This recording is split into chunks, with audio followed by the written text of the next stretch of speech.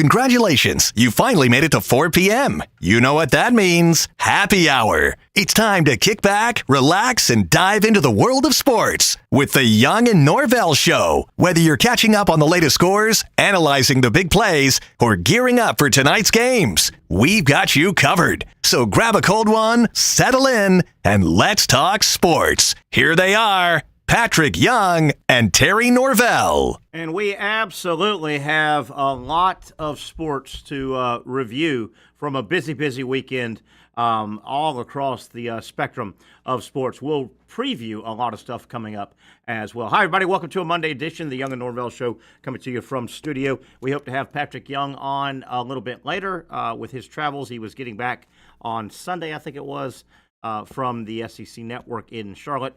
Brent Beard is scheduled. Let me hit a button here real quick. See if I can. There we go. There, now we're sounding good. A lot to get to. Reviewing a busy weekend. Fun time of year. Got a lot of sports overlapping each other. Some things playing out. March Madness. Baseball starting.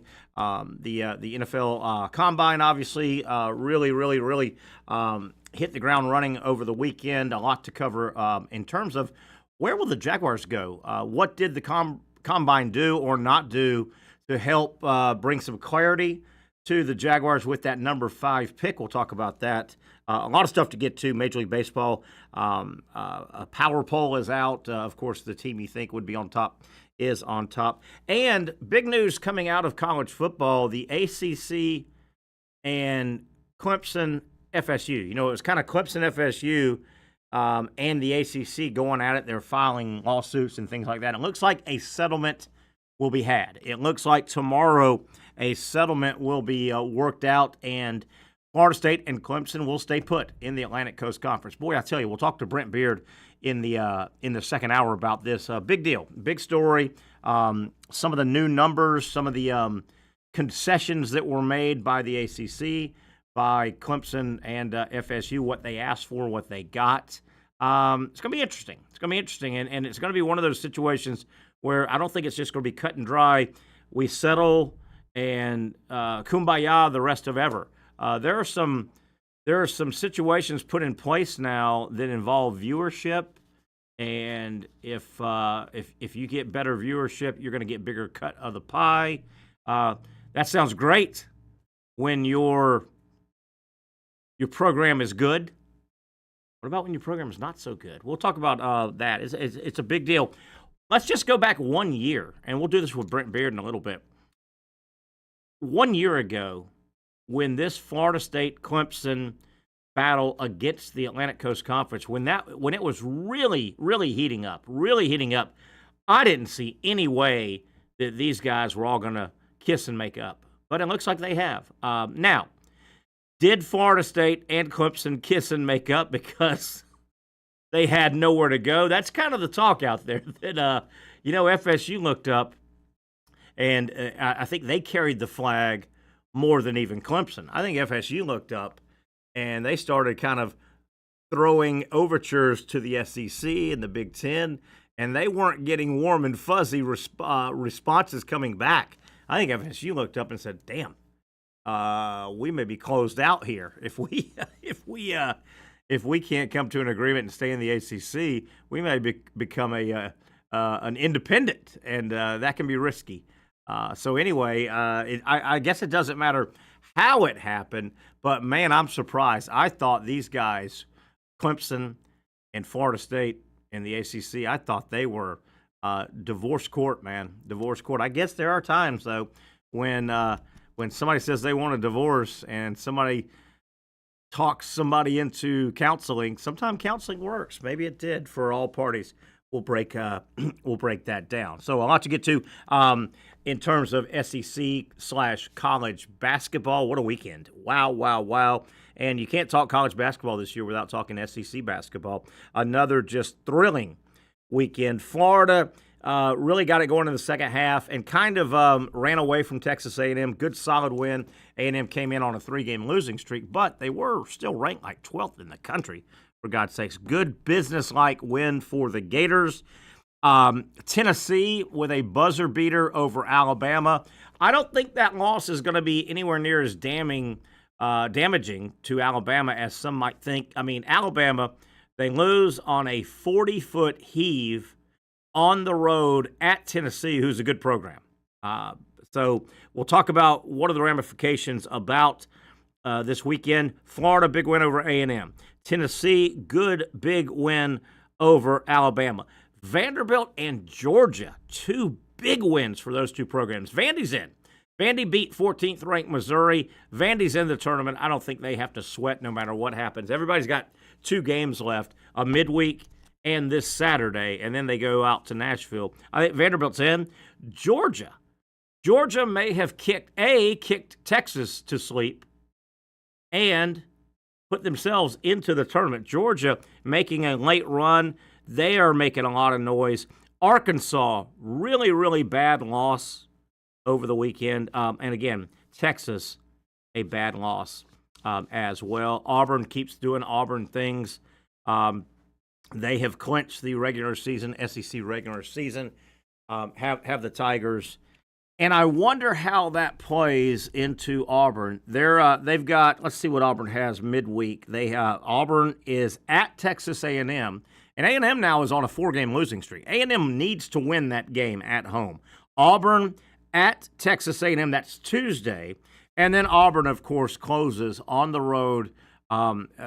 They play Alabama on Saturday, the return game. No, I'm sorry, that is in Auburn. Bama is at Auburn. Auburn beat Alabama in Tuscaloosa earlier. Now, of course, that's a huge rivalry. We know they don't like each other, Alabama, Auburn, in any sport. They've played once in basketball. I wonder how Auburn, I'm not saying they're going to shut it down. I'm not saying they're going to purposely idle down. But I wonder what Auburn's kind of approach is going into these last two games. They've already won the league championship. The game midweek against A&M, and I know it's Alabama, but Alabama needs that game this coming Saturday way more than Auburn. Auburn already has a win over Alabama. At worst, they'll have a split over Alabama. It'll be interesting to see how. Now, that is at Auburn on Senior Day. That will help. That will help. Now, looking ahead, the way it's played out, and I know Tennessee could get in the mix of what I'm about to say, but I don't think Tennessee has any more big pelts that they can go put on the wall. As a matter of fact, let me take a look. Tennessee's last two. The Volunteers will play. They play Wednesday at Ole Miss. Okay, Ole Miss is a bottom of the top 25 ranked team. So Tennessee has at Ole Miss on Wednesday, and then Saturday Tennessee closes things out at home in the regular season against South Carolina. So Tennessee has no more punch you in the face. Wow, great win. With that said, I may move Tennessee to the side. I think Wednesday, I think Florida at Alabama Wednesday, ESPN2, 7 o'clock tip. Winner gets the fourth and final number one seed. I think it's pretty much cut and dry. Winner gets the fourth and final seed. I don't think Alabama is knocked down as much in the eyes of the committee than, say, they are in the rankings. Alabama dropped to like 8 in the rankings that just came out. I think the committee is smart enough to look up and see last Saturday's Alabama loss and go, wait a minute. They lost on the road to a 2-seed, probably, Tennessee team on a 40-foot heave. I don't think that game hurts Alabama that much. I don't think it hurts that much. Huge regular season basketball game coming up Wednesday. One of the biggest games in Gator regular season basketball history. Huge game. I think the winner, I'm going to say it again, the winner of Alabama, Florida, this Wednesday. Again, that's a Wednesday game. Florida's played a lot of Tuesday midweek. This is a Wednesday game in Tuscaloosa. They haven't played this year. Florida, Alabama, winner, I think, regardless of what happens this coming Saturday. And by the way, Florida is at home against Ole Miss on Saturday. Alabama, as we talked about, They are on the road at Auburn. I'm just not so sure how engaged Auburn's going to be. How engaged they are going to be. But a huge, huge basketball game for Florida this Wednesday at Alabama. Some other results from this weekend. Auburn, speaking of Auburn, here's how good they are. Auburn was at Kentucky Saturday, playing in Rupp. And I know Kentucky's banged up. Still a pretty good basketball team. Kentucky's beaten Florida this year. They're a pretty good basketball team. Kentucky has some good wins. They're playing in Rupp, 20-plus thousand screaming, Big Blue Nation. Janai Broome scored 1 point in the first half. He was almost shut out in the first half.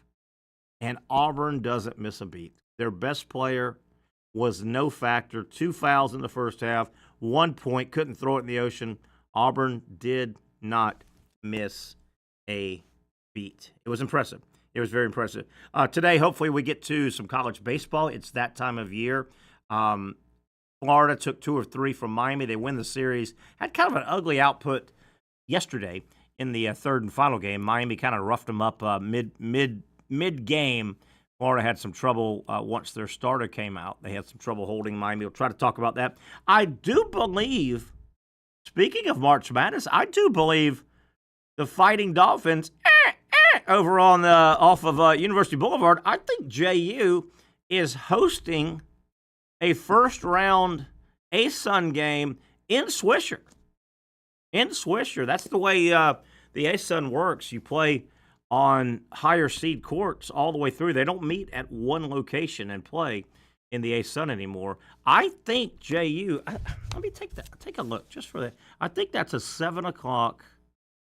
It's today. Let's take a peek here. I think the Fighting Dolphins at home today. Eastern Kentucky at Jacksonville, 7 p.m., ESPN Plus, coming to you from beautiful Swisher Gymnasium. So the Dolphins trying to win. I think if they win tonight, that will I don't know this for a fact. That will probably be their last home game, though. I think the way it would play, if JU wins tonight, they would play their next ASUN game on the road, and they would have to beat then somebody. I think JU finished tied for third in their division. UNF got beat yesterday, I do believe. I think so. I didn't follow it. UNF, even though they swept JU in the series, the basketball series, UNF finished about 4 games behind JU. So UNF, I think Austin Peay might have knocked them out, and their season is over. So track the Dolphins. We'll talk about it tomorrow, but JU tonight looks like they will host an ASUN basketball game from Swisher. We'll keep that and obviously talk about that tomorrow as we go. Short arms. No, we're not talking about me. Short arms. Will short arms cause the Jaguars or be the main impetus of the Jaguars trading back from that number 5 pick? I think it will. I think if I was drafting, and I tease a little bit, short arms, Mason Graham, defensive lineman, bracketed with the Jaguars a lot, the lineman out of Michigan. A lot of people said there's the pick, the 5th pick, Jacksonville, interior defensive line, position they need, high motor guy, blah, blah, blah, blah, blah. His measurables, we'll get back to his measurables, have been atrocious for Mason Graham. When right now, that's all people are looking at, measurables. Will Campbell, the LSU tackle, offensive tackle, he's the guy I would draft. If I was pulling the trigger, I would draft. I would stay at 5. I think Will Campbell will be there. He's the guy I would draft. He has some issues that are popping up, some measurable issues. Supposedly, Will Campbell has short arms for a guy his size and short wingspan for a guy playing the position he does. So you've got short arm situation with Campbell and, Mason Graham. I saw a list today that said combine winners and losers, and Graham was on the loser side. He did not work out, but he went and got measured and did interviews. Mason Graham. Now, his argument, let me back up. Mason Graham and his agent, their argument is go watch the tape. Go watch the Ohio State game. Go watch my last 2 years. I'm a football player. That's his argument. And that's been used before. And a lot of times it's valid. But Mason Graham shows up at the combine. He has a shorter than desirable wingspan, arm length. And those NFL guys, man, that's big to those guys. And he shows up 24 pounds lighter than his Michigan program size had him listed. And we all know those get fudged a little bit. But he showed up like 6'3 and a half, 296. Michigan listed him 6'3", 3 whatever it is, 325 or whatever. I mean, that's a big, big miss on the measurables. With that and Will Campbell, I think I would go ahead and draft Campbell, the LSU tackle. That's what I would do at number 5. That's what I would do. I have no inside information, but I think it's pointing to the Jaguars trading back. I think they're going to find a team, I don't know where they would be, 12, 13, 14, 15. Find a team later in the first round that has what they think is an expendable starting offensive lineman. And I think the Jaguars' offensive line is so bad, they might need to wipe it all clean. I mean, wipe it all clean. With that said, I throw that because I don't care if it's necessarily – I want a starting level plug-and-play center, guard, or tackle. I think the Jaguars are going to end up finding a dance partner, and they're going to say, we want one of your offensive linemen, this guy right here, whoever he is, whoever he's identified as, and whichever team he's on. The Jaguars get a sure thing. You get a guy that's been in the league 2-3 years, that's been a clear starter, and you swap picks. You say, you want 5, get it. We'll take 13, but we want that starting lineman. I think that's what they're going to do. I think that's what they're going to end up doing. I would just take Campbell is what I would do. But that's what I think they're going to do. Will it be the short arm draft? Will it be known as that? I don't know. But I think that's what's going to happen. We've got weeks to talk about that. Spring college football spring practice popping up all over. Liberty started Saturday. I think the Canes are on the field today. Florida goes on Thursday. Spring football right around the corner. We want to work in some Iditarod dog racing talk. Are you kidding me? Did you ever think you'd hear that on this show? As if the Iditarod dog racing competition is not tough enough. I'll give you some updates on that. And man, oh man, oh man. As much as the NFL wants to expand, and they do, as much as the NFL wants to take their great game across ponds and in new lands, and they do. You know they do. I know they do. Another story today that maybe I'm the only guy that ever brings this up.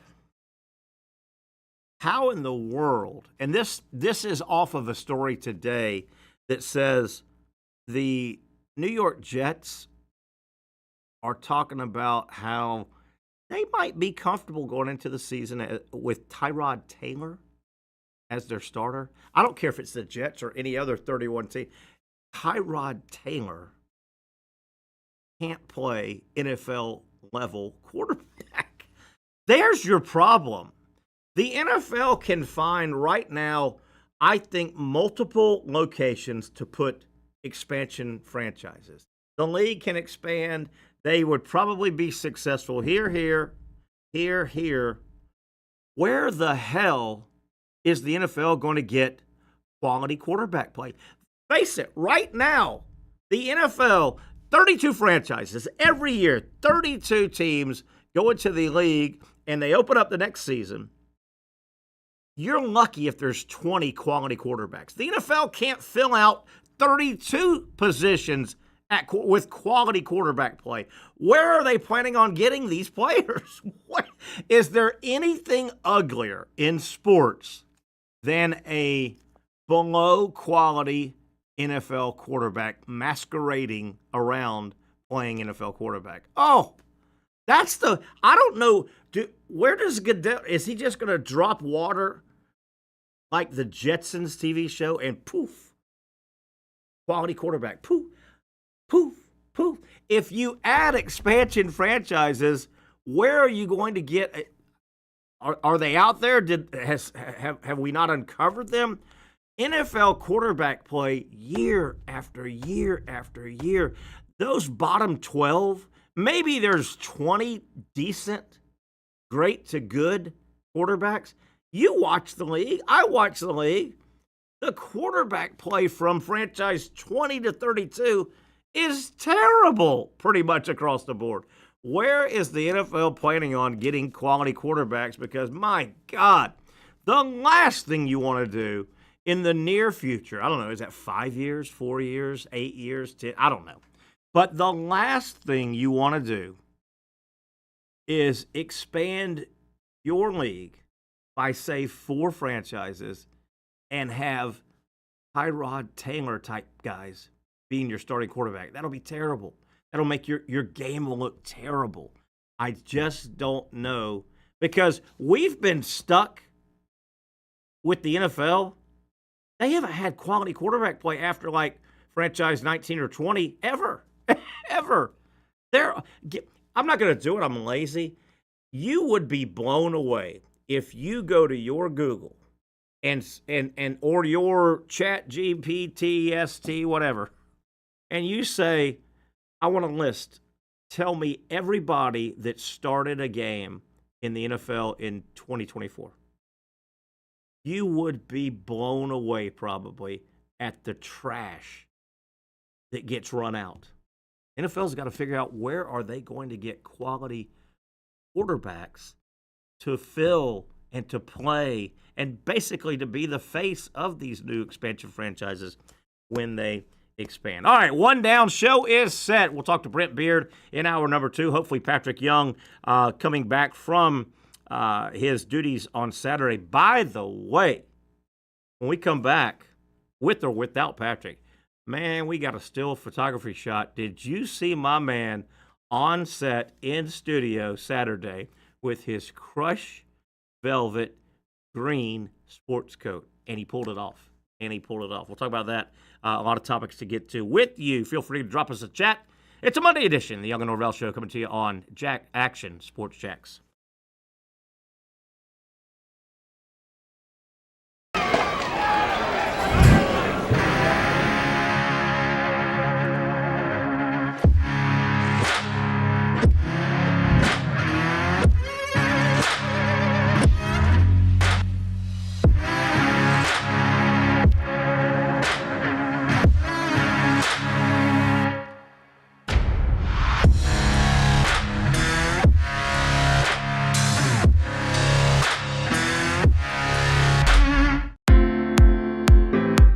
At Southeast Orthopedic Specialists, we know pain and injuries can stop you from doing what you love. This is why our board-certified orthopedic specialists offer the latest in both non-surgical and surgical treatment options and create a treatment plan tailored to your unique lifestyle and goals. So, whether it is a sports injury or that nagging pain that's keeping you from doing what you love, our team has the right treatment for you. For more information or to schedule an appointment online, visit our website. Finally, a family atmosphere, kid-friendly restaurant with a real sports bar feel. Bricks Jack's Beach features all of that and a large, climate-controlled covered patio with misting fans and heaters for all seasons. Mix in an extremely diverse menu that features the most quality and affordable steak at the beach, and there's no reason not to enjoy your next lunch, dinner, happy hour, or big sporting event at Bricks Jack's Beach, 300 2nd Street North in Jacksonville Beach. See you at Bricks Jack's Beach. You really got to hand it to him. Hold on. The previous play is under further review. I'm not sure what he could review, but okay.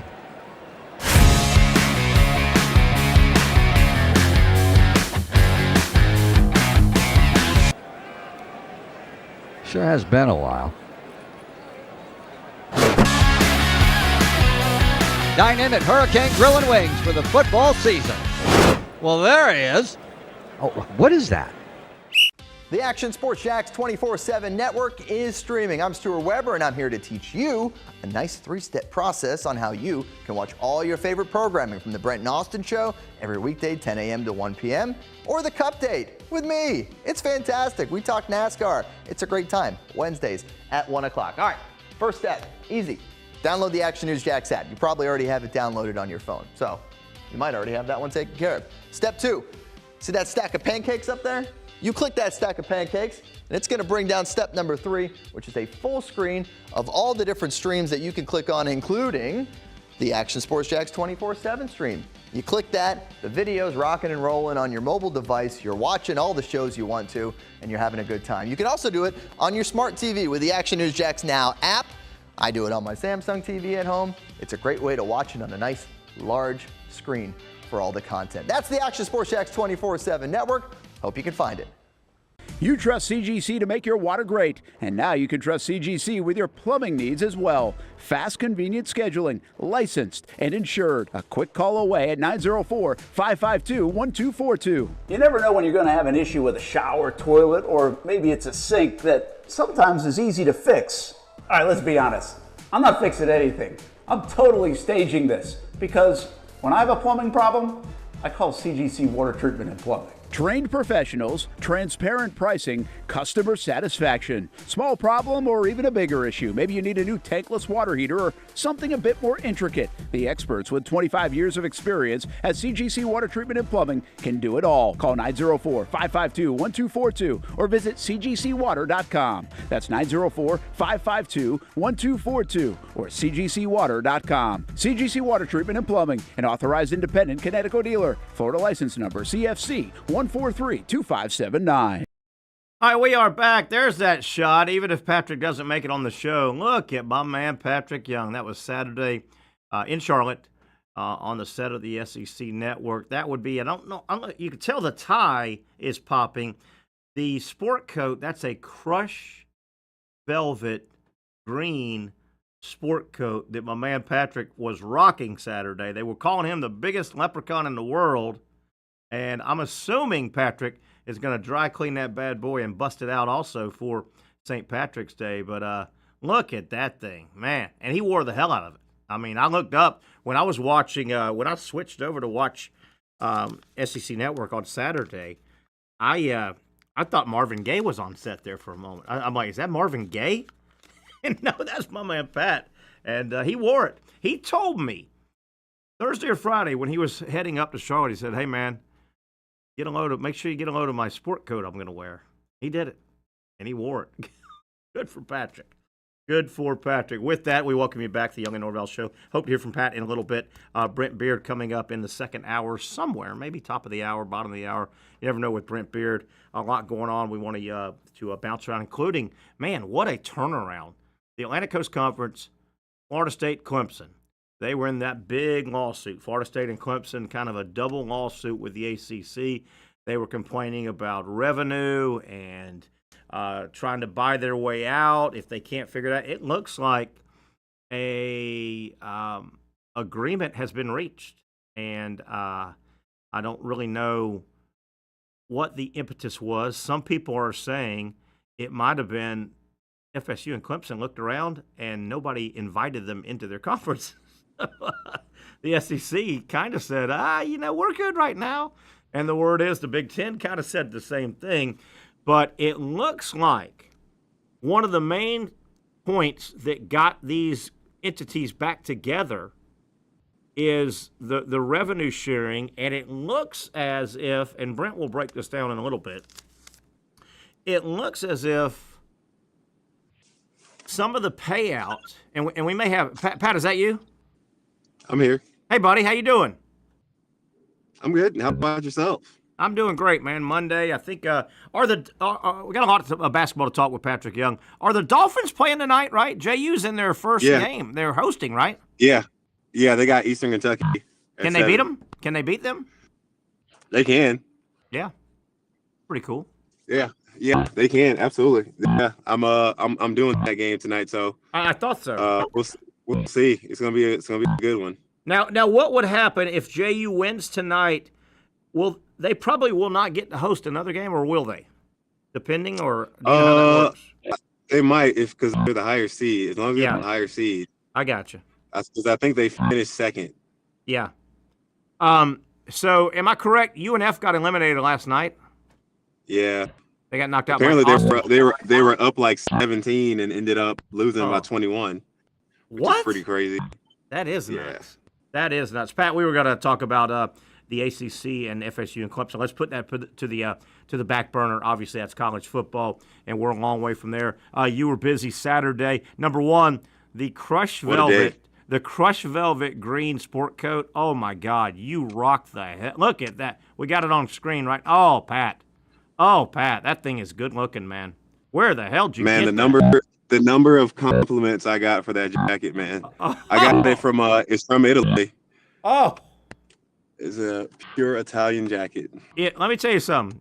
If you're not wearing that on, I think it's March 17th, this thing called St. Patrick's Day, I got to go borrow that bad boy. That thing is nice. Terry, you remember, if you haven't forgotten, I'm much bigger than you are. Yeah, a little bit. Hey, the arm length might be a problem, but I'll roll it up or something. Hey, I'll cut it off. I'll cut it off. There you go. Oh, that thing is nice. Hey, man, wow, what about Saturday? We say it every week. What about SEC basketball Saturday? Florida, second half, real good game. Florida just kind of business-like. That's a tough A&M team they beat by 19 or whatever it was. Nice win for the Gators, wasn't it? How about Buzz Williams sweating his butt off through that suit? Did you see that? Yes. Yeah. He pulled that jacket off. He took his jacket off, and it's just, oh, man, so gross. Yeah. That reminded me of Bruce Pearl about 20 years ago in Gainesville. Bruce Pearl did the same thing. He had was Bruce? Oh, did we lose you, Pat? Say that again, Pat. Hello? Go ahead. We got you. Go ahead. Would Bruce Pearl be sweating through a suit as well? I he did. Remember. He in Gainesville back in the era where Florida won back-to-back. Tennessee was really good in those years. Hell, Tennessee beat Florida a couple times during the back-to-back, and he brought a team into Gainesville one year, and he's never done it again. He was wearing a light tan suit. And, white shirt under it and tie back in the day where everybody wore ties. And, I mean, before he took the jacket off, he was absolutely drenched. And that tan suit, you could see it, you know. I mean, he must have. You can see it through the suit? He must have dropped 20 pounds that night in Gainesville. You had a chance, obviously, to see Florida. Boy, they're back. Condon looked like a different player. He's got his rhythm back. Boy, that was Florida at full go. And, they're good. They're good. Micah Hanlogin, I forgot how good of an offensive rebounder he is. He killed it. He chases after balls up there. He really, and you know what? And he likes to do it. That's to a lot of guys, as you know, Pat, that's dirty work. Just somebody get the rebound, give me the ball. He loves getting the rebound. Oh, do we lose Pat again? That's in and out here. But he was mentioning Michael Hanlogin. What a comeback. But, Pat, I don't know if you heard me. Hanlogin likes rebounding, and that's key to some guys. They just want the ball. I want you to get the rebound, but I want the ball. You know? Right. Yeah, you know what I mean? Right, yeah. What else stood out for you, Pat? Saturday, you put a long day in the studio. Vanderbilt, they got in. What a huge win. Georgia, I think, kicked. Oh, yeah. I told the guys, I was like, hey, keep an eye on that Vandy game. I think, it's not going to be an easy win for Missouri. Missouri had it, man. Just late game, they just were not defending well. That big kid, Hogard, he kept. He's a big guard. I don't think he's that good, but he's smart. He was driving to pass, driving to the rim to get an open shot for his teammates, and he did that so well at the end of that game. We couldn't believe it went into overtime. Yeah. But the Tennessee game, still can't believe Nate Oates did not call a timeout. Like the 5-second call. Was crazy. The 5-second call that he had 2 timeouts left. And then not calling a timeout, at least to get his correct defensive personnel out there, Yeah. The guy Meshack, he gets the ball in and it's unguarded. Yeah. I'm not saying like, obviously you don't want to foul in that situation, but you can put pressure on the guy without touching him to speed him up, to slow him down. And it was it's kind of ridiculous that he got that shot. Or Patrick, wide open. Or just to block his vision a little bit. I mean, he had now I know it was a 40-foot jump. You block his vision, or you make him turn. You make him he dribbled in a straight line. You make him turn. That's just gonna make him waste time. It was 3-point-something seconds left. Yeah. And he didn't have to turn at all. He was able to dribble right into that shot. I did think it was a little bit of a quick 5-second call. But you got to take time out. But I was saying this though. But like coaches is similar. It reminds me to I would equate it to this in football, where if you get a delay of game, they'll let you waste the timeout or burn a timeout instead of taking the penalty. Yes. I think they should allow that to happen as well in basketball, because of course you're gonna call a timeout versus taking that violation call. But I don't know. I can't believe it didn't. They got a 5-second violation call. I thought he should have called timeout before, because they didn't get a good play.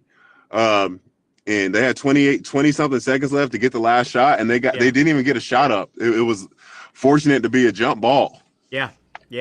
Absolutely. Now, I do think, Patrick, the big committee they've gotten pretty good at what they do. The big we complain here and there, and they're always going to get complained about this seed or that seed. But I think the big committee has gotten pretty good at what they do. I don't think they're going to punish Alabama for that loss as much as some people think. Alabama lost on the road to a really good Tennessee team on a 40-footer at the buzzer, right? I still think Alabama and Florida. And Pat, you can go a different direction if you want. I want to hear your thoughts. I think Alabama and Florida Wednesday night, 7:00 tip in Tuscaloosa. I think winner gets the 4th and final number 1 seed. I think it's all on the line in that game. Yeah, I agree. I think it's, without a doubt, that's a hard game. That's I hate when people ask those questions. There's certain questions I hate to answer. Are the Gators gonna make the Final Four? I'm like, I don't know. That's too hard. My guess is it's too hard of an answer. But my dog knows that I'm home. She can hear me outside the fence. Nice. She's crying. Nice. Making me lose my train of thought. Well, let me throw this out as you're getting your train of thought back. Right now, I think it's pretty obvious, and Duke could lose a game, but I don't think they will. I think Auburn is a clear number 1. Duke is going to get a number 1. I think Houston now has closed out. Houston's going to get a number 1. They're sitting at 3 in the polls. And then I think it's a Florida, Alabama, and possibly Tennessee.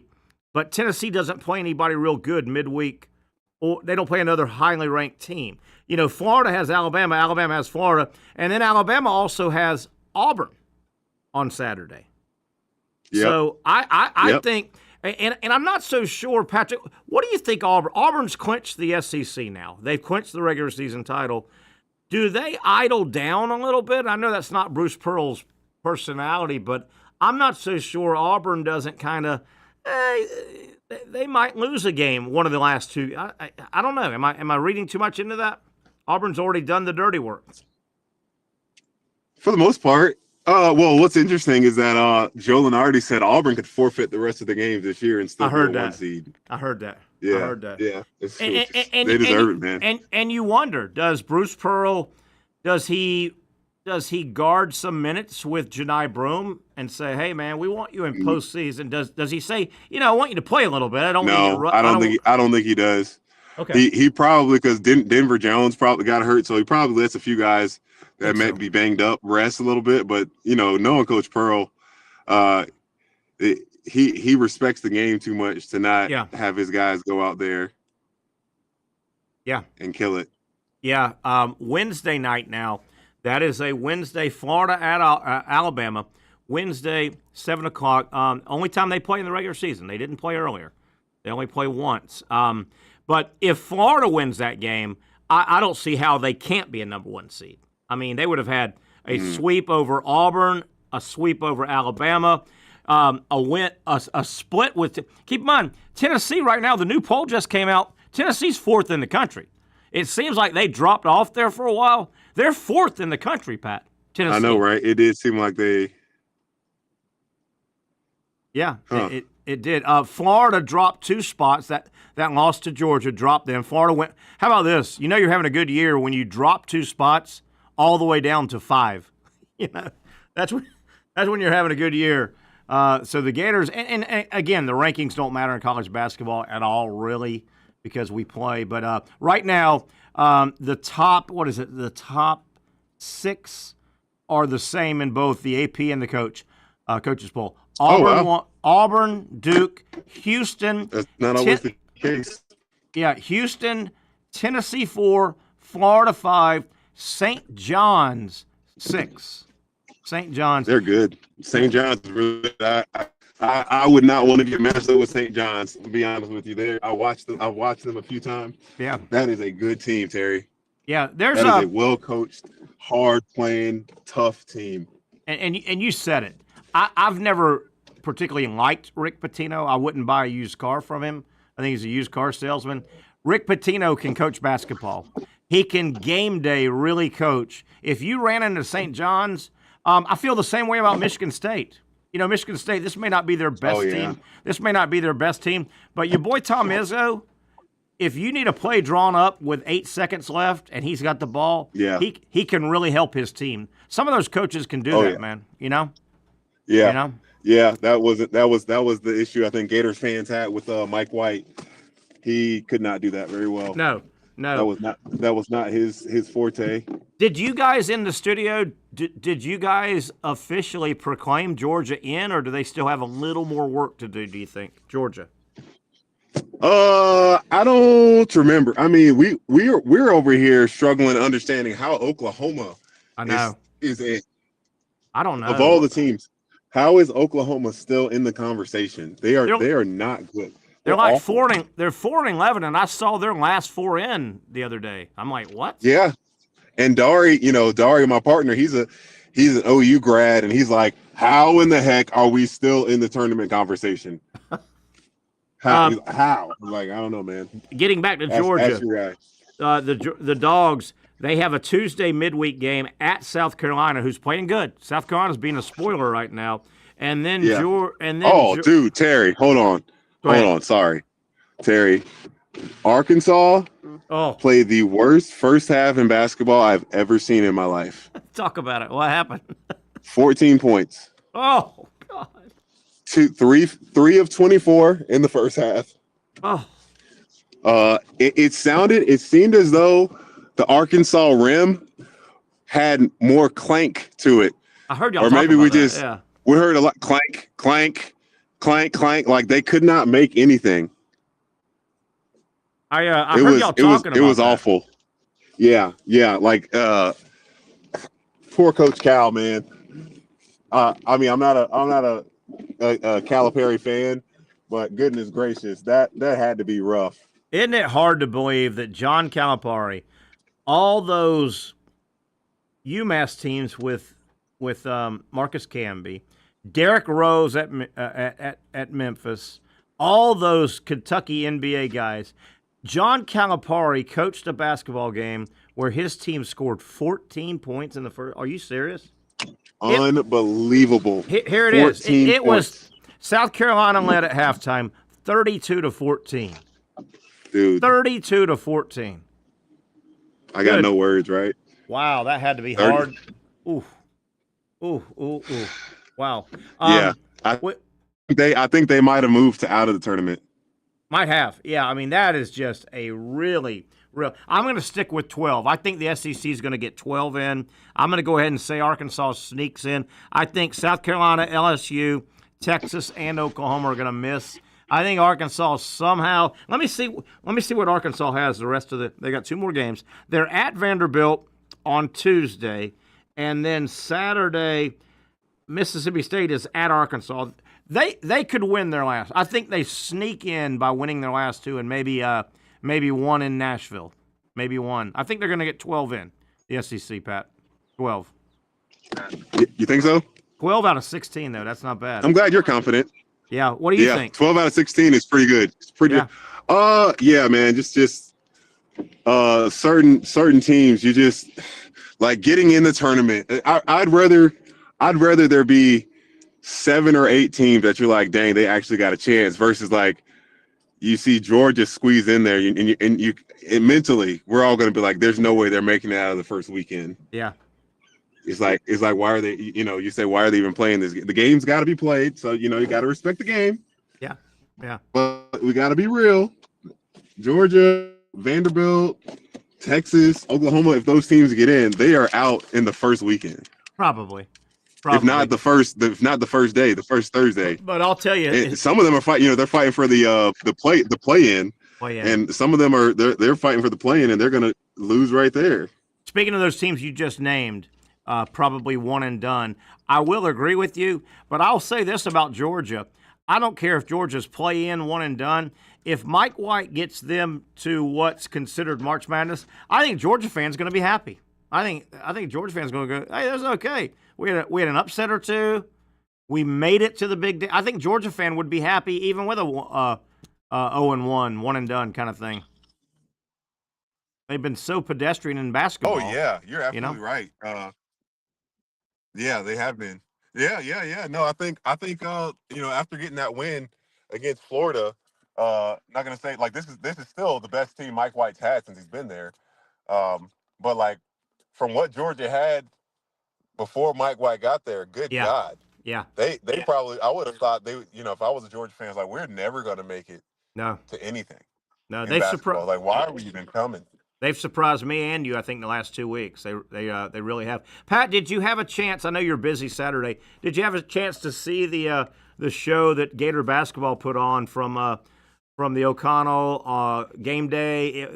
It was a good 2-hour Gator Basketball infomercial. I don't know if you had a chance to see it. It was really good. I saw a bit of it. I saw when some of the guys came on, some of the play when the three guards came on, and a little bit of Coach White or Coach Golden when he was up there as well. Yeah, and that kind of stuff's valuable to a program trying to build and really. I thought it was really well done. I would have liked the game to be a little earlier. I hated the fact that game day went off at noon and they didn't tip off till 8:30 at night. But what a hell of a day in Gainesville Saturday. My God, you had baseball and you had basketball and I think they lacrosse. It was one, and the weather was perfect all weekend. Miami was in for baseball, the big game in basketball, game day earlier in the day. It was just one of those man, you just wish you were in Gainesville all day and night, man. What a great day for Gator athletics on Saturday. It was nice. It was nice. It was absolutely. I mean, as always. Pat, we'll let you go in a minute. What's your this week SEC Network schedule? Do you know it yet? Yeah, well, I only have the weekend, so that's great. So I'm leaving Friday night for another full Saturday. Man, that was a long day, man. It was good though, wasn't it? It was good though, and it'll be that way again, right? There'll be early tips all the way through night, right? Yeah. You just wish that that Auburn-Alabama game was going to mean something more, but it really doesn't. Yeah, it really is. It's funny how that played out. It really is. Alabama, you look at this week, Alabama-Florida is much more meaningful now than Alabama-Auburn, right? Yeah. Wouldn't you say? Yeah. Because I think absolutely. I think if Alabama beats Florida Wednesday, even if they lose to Auburn, they're getting a 1 seed. Let me take a look real quick, Pat. On your Saturday, Kentucky, Missouri, that's an ESPN game at noon, but y'all will need to talk about that. Vanderbilt at Georgia, ESPNU, that is a noon game. I'm trying to see if I can get you out of that studio. Okay, South Carolina at Tennessee, that's an SEC Network game at 2, so you'll work that halftime, right? That'll be your halftime. Yeah. Alabama, Auburn, 2:30 ESPN. The odd tip time, a little bit of an odd tip time, isn't it? 2:30. Yeah, a little bit. Let me look this Saturday. What else is Pat going to have to? Okay, you got another game on SEC Network. Well, you're going to do a triple header, right? A&M at LSU, 4 o'clock, SEC Network. So you'll definitely do halftime of that one. Man, they got you working, Pat. They got you working. I know, dude. Listen to this. Listen to this though. Pat Bradley, he did the Arkansas game in South Carolina. Right. Then he drove to studio and stayed with us and worked the rest. And I'm like, and he's sick, dealing with a head cold and some allergies. So he's over there fighting some demons, some internal demons, and having to stay up. Like talk about a full day. Wow. That game tipped at 12, and then he drove an hour and a half.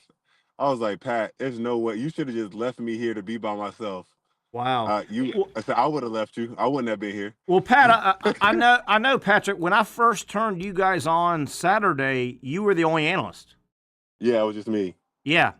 By the way, and then you have this Saturday, as if you don't know it, Ole Miss at Florida, SEC Network, 6 p.m. tip. My God, do they have a 9 o'clock game?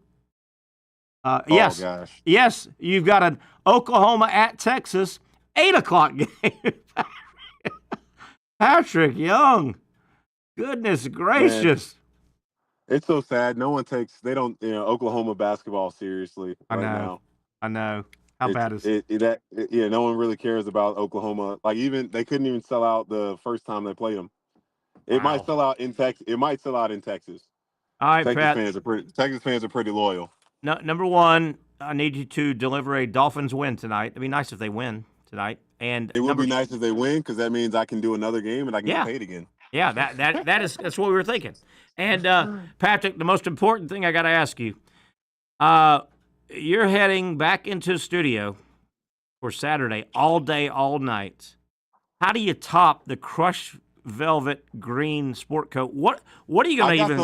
I got something planned. I got something planned. Yeah. I got something planned. Don't worry. Okay. All right, buddy. Don't worry. Hey, that's a tough act to follow, man. I know it is. That is a tough act to follow. All right, brother. Get in, get squared away, and then get over to Swisher. Get over to Swisher. I'm gonna be a Swisher in about an hour and some change. All right, and that's what, 7 o'clock tip? 7 o'clock tip. All right, Dolphins taking on East. Is East Kentucky any good? Yeah, they're good. They finished second place. So so it's not gonna be an easy one. Oh, they finished in 5th, but they should have been. They're one of the better teams in the league for sure. I got you. All right, PY. Certainly, we'll talk as the week goes on. Certainly, Wednesday. Cannot wait until Florida, Alabama, Wednesday night, I think, for a number 1 seed. All right, buddy, have a good call tonight. Be safe. We'll talk soon. You. Talk soon. Bye-bye. That's our buddy, Patrick Young, working hard, man. What about that Saturday? Goodness gracious. Hey, he's getting paid handsomely, but that is a heck of a day. All right, let's take a break. I think Brent Beard may join us a little bit earlier. We were talking 5:30, but I told him, hey, Brent, come on about top of the hour if you can. We'll try to catch up with Brent Beard on a lot of college basketball and college football to discuss. Also, he'll get to the bottom, really know what's going on. Atlantic Coast Conference, Florida State, Clemson. It looks like they're all going to put their lawsuits down, and they're going to kiss and make up. We'll talk about the ramifications of that with Brent Beard, our buddy Brent Beard, college basketball and football analyst, when we come back on the Young and Norvelle Show right here on Action Sports Jacks. For those dealing with pain from a sports injury, arthritis, or spine condition, Southeast Orthopedic Specialists offers innovative new non-surgical options. Our regenerative medicine treatments, including platelet-rich plasma and other regenerative treatments, use your body's own restorative cells to aid in treating injuries. These procedures are performed in our offices and typically require minimal downtime. If you want to get back to doing what you love, our regenerative treatment options may be right for you. For more information or to schedule an appointment online, visit our website.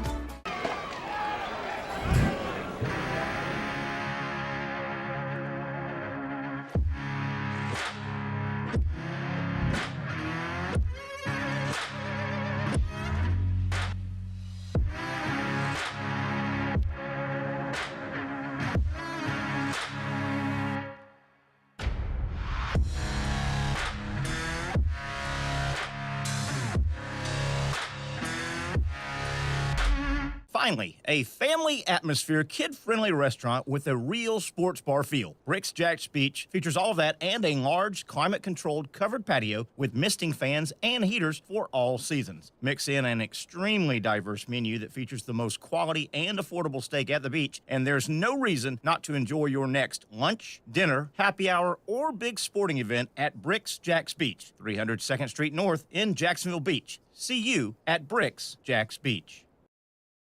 You really got to hand it to him. Hold on. The previous play is under further review. I'm not sure what he could review, but okay.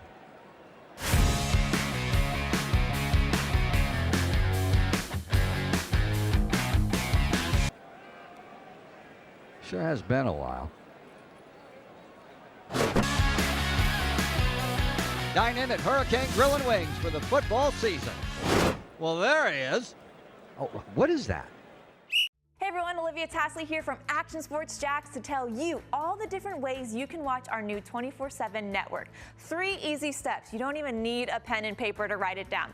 Step number 1, download the app. Search Action News Jacks in your app store either on your phone or your smart TV. Then, once you're on the app, click on that little drop-down menu in the upper left-hand corner with the 3 little lines. That'll show you these options, and boom, right here, click Action Sports Jacks 24/7, and you will be brought to our continuous stream channel. That app can be accessed through all these different platforms, whether you have Roku, Fire TV, Smart TV, Apple TV, or Google TV. You can find our app. Now, if you don't have access to the app, don't worry. We still got you covered. We're across all social media platforms from Facebook, Instagram, X, YouTube, Twitch. We have a podcast channel. Plus, check out our short reels on our TikTok. Action Sports Jacks 24/7. It's on all the time and everywhere. It's a new logo, new branding. With Bold City Heating and Air, it's an old school approach. One of the few locally owned and operated air conditioning businesses left in Jacksonville. It's hot, Florida in the summer. You can't do much to avoid it, but you can keep cool with Bold City Heating and Air. It's every customer counts kind of service, from when these trucks have pulled up to my home over the last couple of years and when they pull into your driveway as well. From communication to pricing to the actual service, everyone at Bold City Heating and Air cares about you. You know who is coming to your house. You know they will be well trained, and they will respect your home. Air conditioning convenience at boldcityac.com. Stay cool while it gets hot. Bold City Heating and Air can help. Don't get caught sweating all summer. boldcityac.com, and they have financing to help. New systems starting at $110 a month and $50 off any repairs. Stay safe, stay comfortable with Bold City Heating and Air at boldcityac.com. Homegrown in your hometown. Kind of a unique situation developing sort of around the Jaguars, and what are they going to do at that number 5 pick as we welcome you back to the Young and Norvelle show here on a Monday. That was a good-looking shot of the inside of the College Football Hall of Fame there. Jaguars, and we'll talk to Brent Beard here about some college stuff here momentarily, but the Jaguars, 2 of the names more prominently mentioned around Jacksonville in that 5 pick are a couple of linemen, defense and offensive linemen. Mason Graham, defensive lineman, interior, and Will Campbell, tackle, offensive line tackle. It's ironic that both guys are being picked apart a little bit for, number one, arm length or lack of arm wingspan. And with Graham's situation, man, he came in about 24 pounds lighter than his listed. And we know game programs and team rosters are inflated, but man, this guy was listed about 325 all season at Michigan, comes in about 296. It's ironic that that might be, those 2 situations might be the impetus for the Jaguars to trade back. I think they are going to trade back. I don't have any inside scoop on that. I think the Jaguars are going to go find a team that will part with a proven plug-and-play, already been in the league 4 years, offensive lineman, a guy that can play, and they'll swap. And I probably would take Will Campbell. I don't think the Jaguars are going to be real good this coming year, but if you get a plug-and-play guy, there's no developing. I mean, the Jaguars, I think they'll go out and see if they can find a ready-made guy and then swap picks, and then they'll pick 12th, 13th, 14th. You may be saying, well, Terry, what about you would bypass Travis Hunter. I'm torn. Travis Hunter, a good player, going to be a good player in the league. Probably going to catch a lot of passes and going to break up a lot of passes. Probably going to be a real different type of player. We haven't seen that kind of guy very often in the NFL. My real concern with Travis Hunter, if you bring him in, particularly looking at him as a receiver, is dynamic Travis Hunter, dynamic Brian Thomas. How dynamic can those two guys be? If you go get Travis Hunter, how dynamic can those guys be if your quarterback's on his back? I mean, you got to be standing up to throw the ball. Anyway, interesting how this short-armed, making the rounds, these guys have short arms for their position. Interesting. Short arms may force the Jaguars' hand in a weird way. Combine, some of the winners and losers from the Combine, and there's a spin with one Georgia football player that I saw him listed as a loser from the Combine, yet the write-up says he didn't do anything wrong. He was just playing the wrong position. The guy that tore it up looks like South Carolina safety Nick Emanwari, if I'm pronouncing his last name. I remember him, long safety, big, tall, long, rangy guy. Reminds you of the who's the Notre Dame, Kyle, what's his name? The long safety from Notre Dame a couple years ago.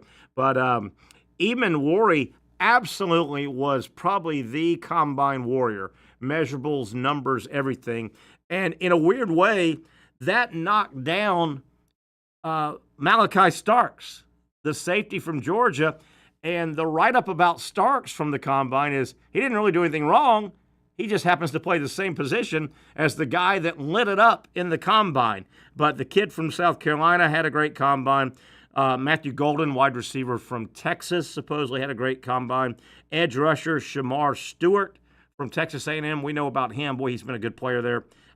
He supposedly has shot up the draft board because of the Combine.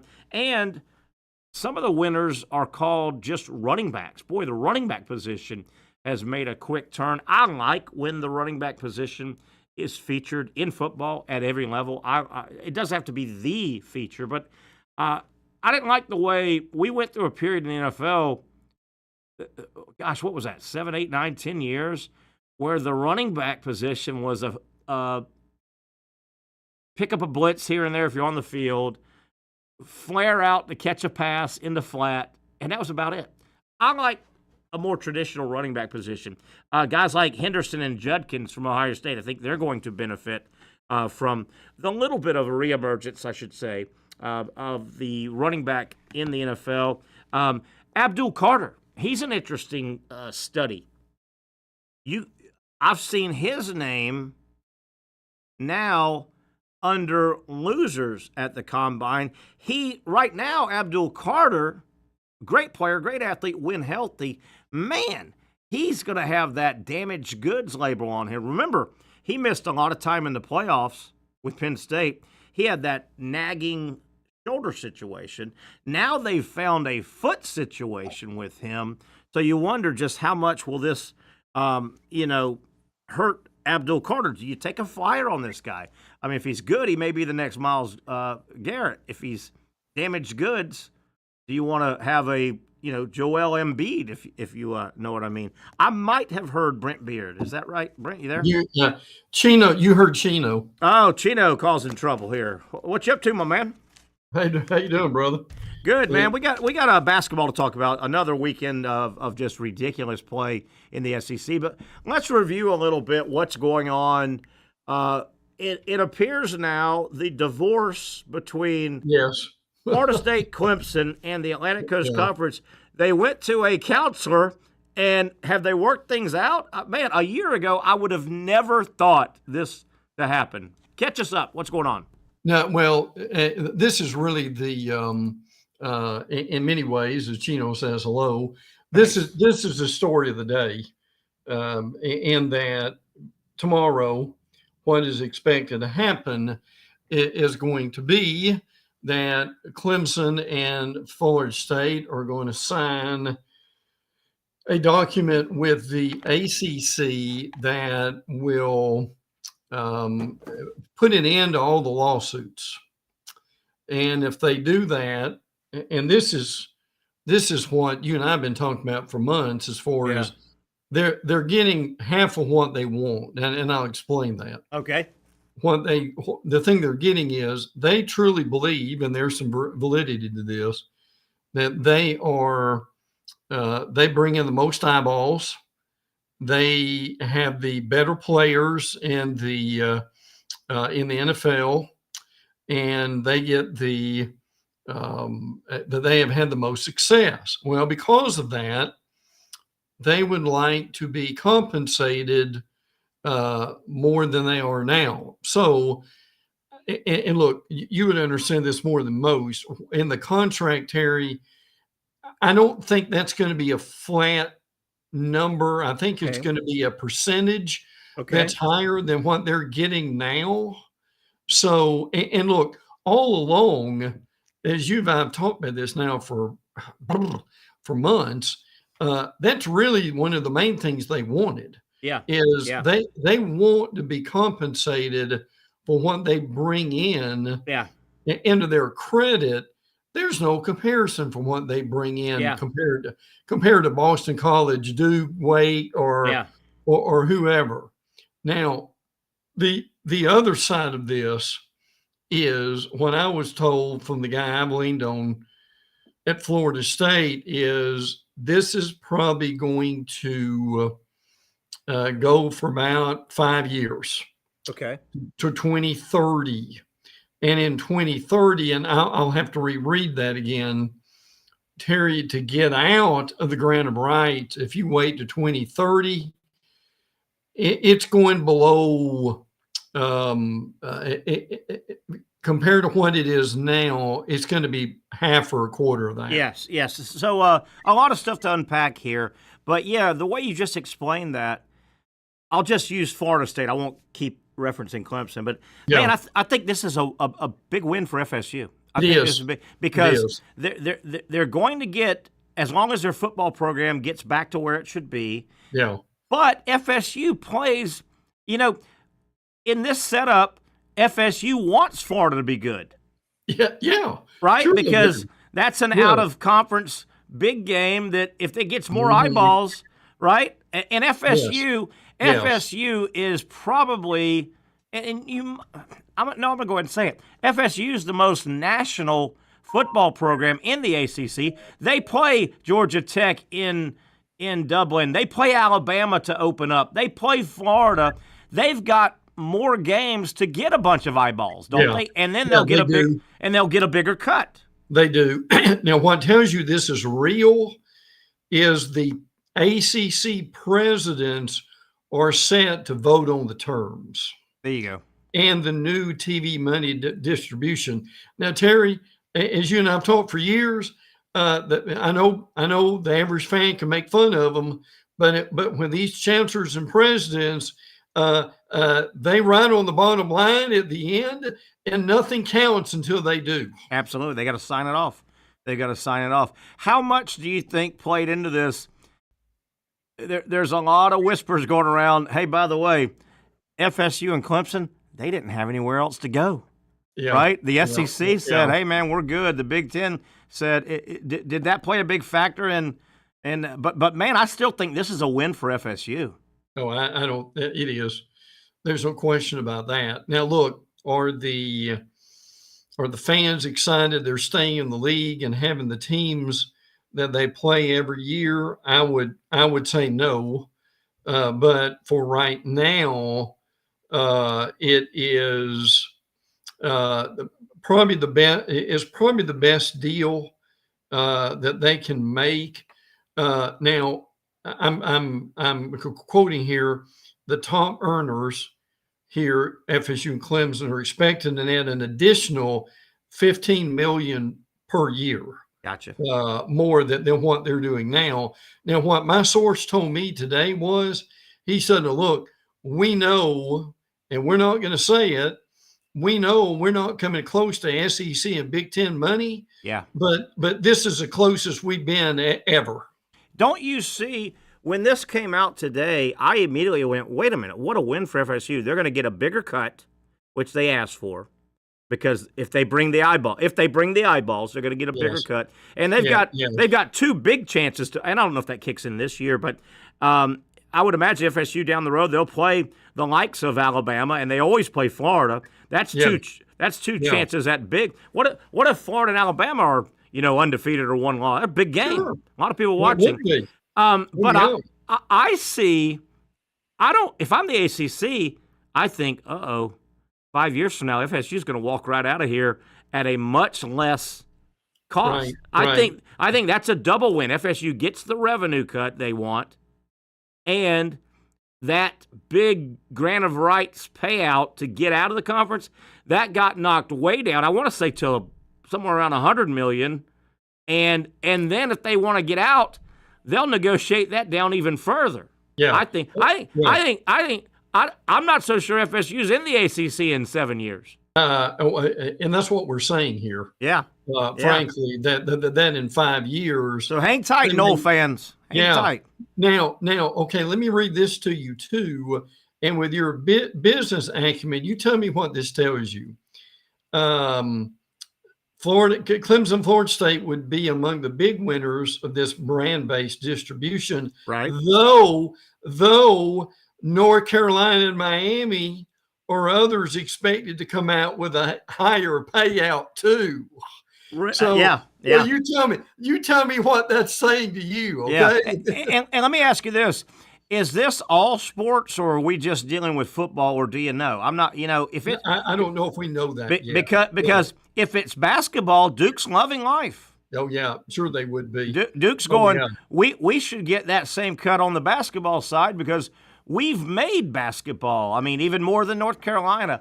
I think this is a win today for not only Florida State, Clemson as well, but I think this is a big win for FSU, don't you? They're going to get a big. Yes. They're going to get. They're not going to feel like. And I know it's easy to make fun. Well, they were 2-10. How are they? But you and I know that FSU has been the cream of the crop in that. I know Clemson's been recent, but FSU has been. FSU brings the brand. And listen, let me ask you this, because I know you will know, because you'd have thought about this at some point. Do you think they knew this was coming and they told Belichick this when he was coming into North Carolina? Maybe. And this sweetened the pot a little bit for him? Maybe. That's a good point. Maybe. I think this is a win for FSU's cash register. I think this is a win for FSU's fan because to me, about time that grant of rights number gets knocked down, 2030 or whatever that was, about 5 years from now, we'll probably have some more moving and shaking in college football. And FSU fan, hang in there. I think you're going to have a home schedule, either SEC or Big Ten, within a decade. And I found what I wanted to read to you. Okay, go ahead. You tell me how important this is, okay? Okay. The total cost to exit the league after the 2029-30 season is expected to drop below $100 million. How about that? They were talking $500 million. Yes. Oh, yeah. Yeah. So the point is, Terry, now look, people who are driving, listening to us saying, that they can't even come up with what that number means. No. I can tell you this, from what you just said, and Terry, even if it's $250 million, 100, if you got to pay 100 as opposed to 250, that's a little better, is it not? Oh my goodness! And again, let's say it's 90 million. They'll argue and settle at 50.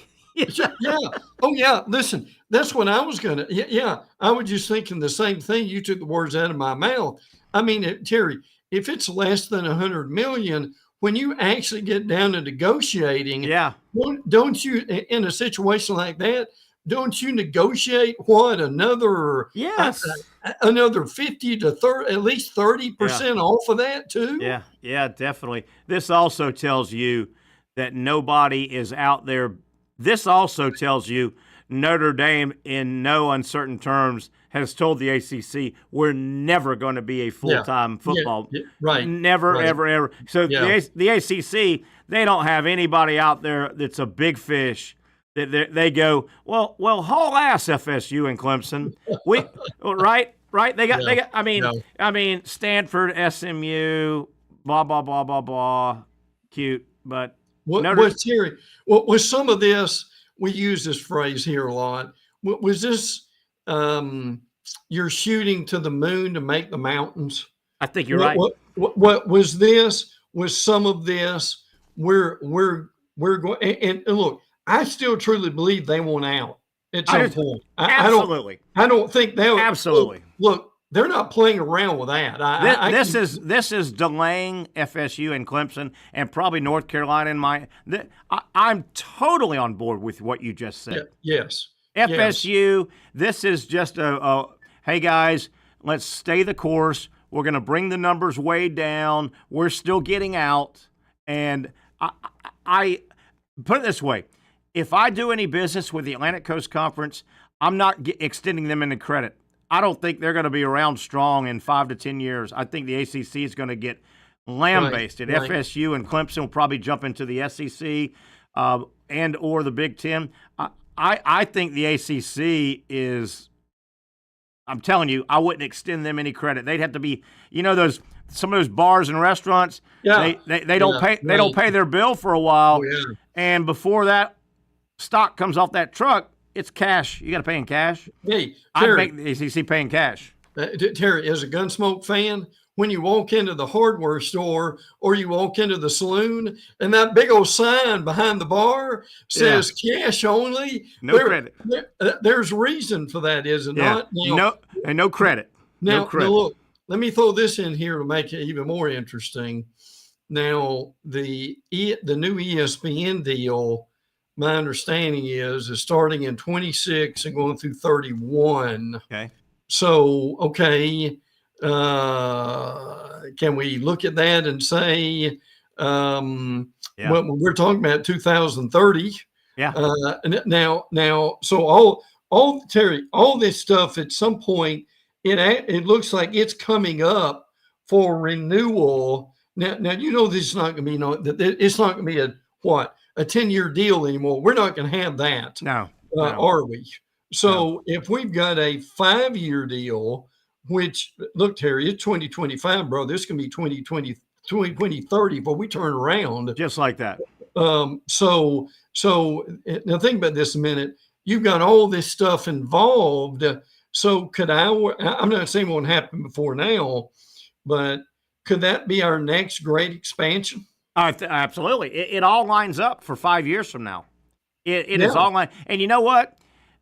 I would venture to say if somebody, and if you had a deep source, a deep source, I would say in about 3 years, the big boys, the power brokers, the people that run college football, the ESPNs, the commissioners, I would guess I'd venture to say in about 3 years, if you had that deep of a source, you would kind of know, hey, we're about to renegotiate the next 5 years. Yes. We're going to the board knowing that FSU and Clemson are going to be here and North Carolina and Miami are going to be here, right? They'll know in about 3 years before that 5 years is up.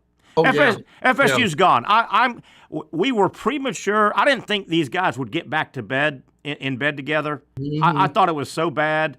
Well, I think they all looked up and said, hey, I think the ACC blinked, definitely. They said, man, we better get what we can get right now. I don't know where they're at in 5 years. Well, here's another question. And you being a good deal maker, this thing's supposed to end in 2030. If that's the case, Terry, when do you start renegotiating the deal? Well, yeah, not 2030. I guarantee you that. No, absolutely not. That's what I mean. In about 2 or 3 years, if you had the right mole somewhere, I guarantee you they're going to say, hey, by the way, Don't print up any more T-shirts that say FSU ACC. They ain't gonna be around after 2030. I promise you that. Well, and see what I wonder is, I mean, and again, we're just speculating here, but Terry, by 2030, if this, I can tell you another thing here. If the current state of college football is not to the SEC and the Big Ten's liking, I think we both know what they're going to do. Yep, they're going to pull aside, and they're going to have. Right. Yep, the ACC. Don't buy stock in the ACC right now. I'm just telling you, because I don't see how FSU, Clemson, Miami, and or North Carolina are in that conference in 2030. If you're the attorneys representing FSU right now, what have there? Shall we say, have there been some billable hours as there of have? late? There have been. Hey, Brent, if you can hang in, obviously this was a football segment. Let's keep you around. We'll have you on Wednesday, I hope, as well. But let's kind of look back what happened in college basketball, SEC basketball, and where we're going. Final 2 games, sprint to the finish, and Auburn's at the finish line. Alabama and Florida, and even Tennessee kind of peeking over their shoulder. Somebody's going to get that 4th number 1 seed. We'll talk about that. College basketball talk on the other side with that guy, Brent Beard.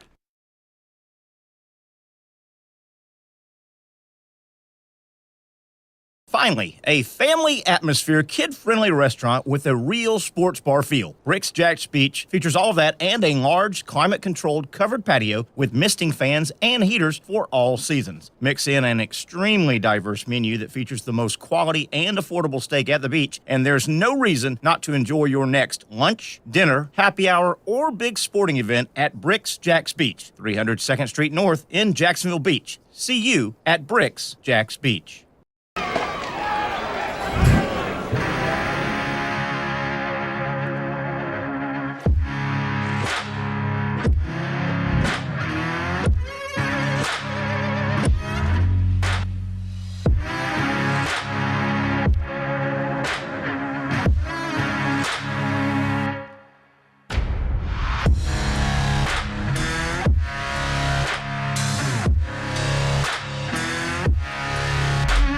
For over 20 years, Southeast Orthopedic Specialists has been providing the highest level of orthopedic and spine care to patients throughout Northeast Florida. Now, we're making that same great care even more convenient with Southeast Orthopedic Specialists Direct, a walk-in clinic where you can be seen for pain or injuries with no appointment needed. Staffed by orthopedic physicians and specialists, we offer everything from diagnosis and treatment to imaging and bracing, all with no appointment needed. For more information, hours, and locations, visit our website. You really got to hand it to him. Hold on. The previous play is under further review. I'm not sure what he could review, but okay.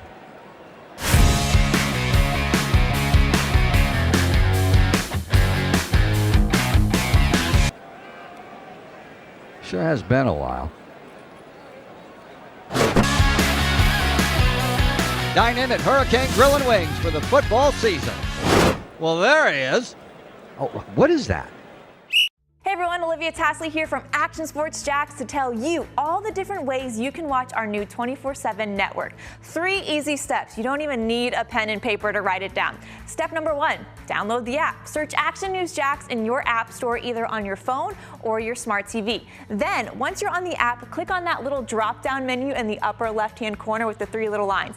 That'll show you these options, and boom, right here, click Action Sports Jacks 24/7, and you will be brought to our continuous stream channel. That app can be accessed through all these different platforms. Whether you have Roku, Fire TV, Smart TV, Apple TV, or Google TV, you can find our app. Now, if you don't have access to the app, don't worry, we still got you covered. We're across all social media platforms from Facebook, Instagram, X, YouTube, Twitch. We have a podcast channel. Plus, check out our short reels on our TikTok. Action Sports Jacks 24/7. It's on all the time and everywhere. Summertime means sizzling sales at Nimnick Buick GMC. The #1 Buick GMC dealer in Jacksonville has lots of inventory to choose from with their best price guarantee. Nimnick never charges above MSRP. You can save up to $10,000 off select new GMC Sierras or get rates as low as 1.9%. You know, I'm a truck guy. GMC Sierra, my trim level is an SLT. This one's an Elevation. Pretty good looking color as well. So here at Nimnick Buick GMC, you have a lot to pick from. My father-in-law, he drives this, an Enclave, so I feel like that GMC in the family. 2025 is coming around the corner, which means it's almost time to close out those 2024s this summer. You can schedule a test drive at NimnickBuickGMC.com. And while you're there, check your trade value and customize your payment options. Nimnick is there for you, even on Sundays. Visit the showroom on Phillips Highway or shop online at NimnickBuickGMC.com. Nimnick, your friends in the car business since 1941. GMC, we are professional grade. Hey, let's get some NFL news out as we look at the Angry Gator. Was very angry over the weekend. A lot of good stuff going on in Gainesville this past weekend in college athletics. Terry Norvelle back here in studio. Brent Beard joining us. We'll get to some college football with Brent real quick. But Brent, want to throw, or actually college basketball, I want to throw some NFL news and notes. Second year in a row, the Bengals have franchise tagged T. Higgins. If you do that 2 years in a row, Higgins got something on the other side. You know what I mean? Because a lot of times you don't want a pissed off player. Why are you franchise tagging me twice? There's some pot of gold in there. Darius Slay was cut by the Super Bowl champion Eagles today. 6-time Pro Bowl. I'm sure that's a salary cap move. 6 times. And how about this news? Jimmy Johnson announces his retirement from Fox Sports after 31 years. Does it seem like he was doing it for 31 years? It doesn't seem like that to me. How old is Jimmy, Terry? He's right at 80. Okay. We looked him up the other day for something, and we were comparing somebody, and I remember going, you realize Jimmy is good, and he looks good. He's like 80. Jimmy Johnson's like 81 years old. Yeah. And does it seem like he's been in studio for 31 years? Hey, I bet Bradshaw's been there that long, don't you think? Woo! And, yeah, probably. But good for Jimmy Johnson. Boy, what a winner. What a winner where he went. Really? Just a winner. Just a winner. Brent, let's talk some college basketball. We had such a long segment on all that ACC football stuff. Auburn goes ahead and clinches. How about Auburn the other day? And I know Kentucky's banged up, but Auburn Saturday, they go into Rupp Arena, the hallowed grounds of SEC and college basketball. And this is not a great Kentucky team, but they're good. They're banged up, but they're good. Janai Broome scored 1 point in the first half, and Auburn didn't look back. Did not look back. They clinched the regular season. What do you think? Does Auburn idle down a little bit, or is that just not in Bruce Pearl's last 2 games? I would doubt if it is. But if they were to lose their first game of the ACC basketball tournament, I think he'd be okay with that. He would be fine with that. The thing that blows me away for them in quad 1 wins, they're 16-2. And I saw that list today in your notes. They're 16-2. And I remember Florida is 6-4, which is respectable. Number one, how the hell do you play 18 quad 1 games? God almighty. They played, Terry, they played in some of these tournaments. They played Houston. Yeah. They played Duke. Yeah. So they're out of the conference thing and Auburn is number 1 in the net rankings. Auburn, I'm pretty sure they would be. Terry, I mean, unless they lose again, I do think they've got some cushion. I think Auburn is the number 1 seed to the number 1 seed. Oh, they're one of one. They're one of one. The way it looks now, and keep in mind, I mean, Duke could lose a game. It'll take it up. Here's what it looks like, and I think it's pretty cut and dry. I think Auburn's a 1 seed, the one of one. Yeah. Duke, unless they lose another game, they're going to be a 1 seed. Right. Houston, I think, pretty much solidified. Houston's going to be a 1 seed. I truly think the committee will not punish Alabama for that game, losing in Knoxville to the 5th-ranked team in the country on a 40-footer. Good win for Tennessee, but I think the Florida-Alabama winner Wednesday is the 4th number 1 seed. I really do. Yeah. And I'm not even sure Alabama losing to Auburn that Saturday would affect that. Yeah. I would agree with that. I think Florida and Alabama are playing for the 1 seed. Yeah. Now Wednesday I'll say night. this. In bracketology right now, Auburn's, as you said, the top overall seed.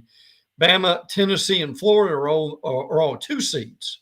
How about that? So now this was but you've got to believe either Florida or Tennessee. Gosh, it's hard to believe A&M and Kentucky are. I don't believe A&M or Kentucky are going to stay at 3 seeds at this point. That they might, but don't you think Tennessee or Florida will go up? I think either one of them could go up to a 1. Oh, absolutely. I think Tennessee's still in the mix. That win, and people forget, Tennessee's damn 24-5. You know, doesn't it feel like the Vols kind of fell off? But the ranking just came out. Tennessee's 4th in the country. Yeah, 4th in the country. And I think that I'll tell you though, I don't have the rankings right next to the Auburn schedule, but it's close enough. If you want to look at those wins that Auburn has had a magical. They've beaten at the time Houston was 4. They're 3 now. Yeah. They beat Houston. No. Iowa State at the time was 5. They're about 11 now. They bombed North Carolina that turn. They lost to Duke on Duke's home floor now. Mm-hmm, mm-hmm. They bombed Purdue, who's a perennial top 10, 15 team. They've beaten ranked Mississippi State. They beat Georgia when Georgia was ranked. They beat Tennessee when Tennessee was 6th in the country. Hell, they're 4th now. They beat ranked Ole Miss. They lost to Florida. They beat number 2 Alabama at the time. They just went to Lexington and knocked off 17. I mean, what a hell of a – it's almost all or nothing for Auburn now. They've got to win the title, it right? It is. Well, you remember it was all or nothing last year, and they lost to Yale in the first round. Yeah. So but as far as net rankings, Florida's 4, Tennessee's 5, Bama is 6. I mean that still is amazing. Missouri's 14, Kentucky's 15, and A&M's 24. So, but look, the thing that Kentucky is okay. Missouri's 14, Kentucky's 15, A&M's 24, Ole Miss is 28, Mississippi State's 30, Georgia's 33. Okay, the reason I bring that up, the suspense that we've got for these midweek games and Saturday games, I know you've already mentioned this, is where do these teams go? And these aren't necessarily bubble teams. The reality is they want to get, they all want to get a double bye in the tournament. Yeah. And how far up the ladder can they get in the seed? Yeah, definitely. We'll talk about some of the big wins for teams like Georgia and Vanderbilt in a moment. I want to go back to I think Nate Oates is a big-time coach. I think I would like to play basketball for him. He looks like he's fun. He had the end-of-game situation got away from him a little bit. I do think that was a quick 5 count. Yeah. I thought that was a quick 5 count, but Oates kind of and he said as much post-game. He probably could have helped his team out a little more than he did at the end of that game. There were 2 things that he did not do. Number one would be when Philon was throwing the ball in. And listen, Terry, why in the dickens you have a guard throw the ball in is beyond me.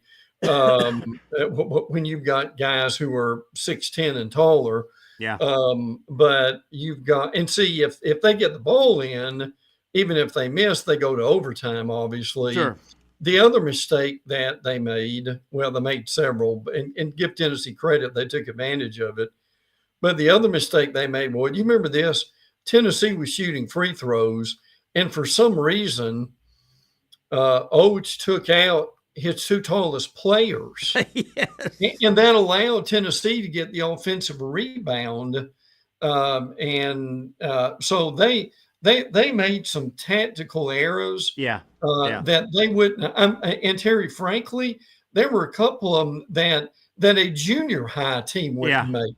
Yeah, and then the irony, Tennessee, who hasn't been able to throw it in the ocean this year from behind the 3-point line, they hit a pull-up 40-footer. But as Patrick talked in the first hour, my God, they didn't put any pressure. They didn't change the dribble pattern. They didn't block his line of sight. They just – and I get it. You're worried a little bit about a foul way out there. But, I mean, you got to be in the same zip code as that guy, don't you? Sure you do. Oh, yeah, there's no doubt about it. And look, Bama, there were two other things that happened. And all of this happened in the last 30 seconds, which is amazing. Yeah. But I mean, they're up 4, and at that point, it looks like they're going to win the game.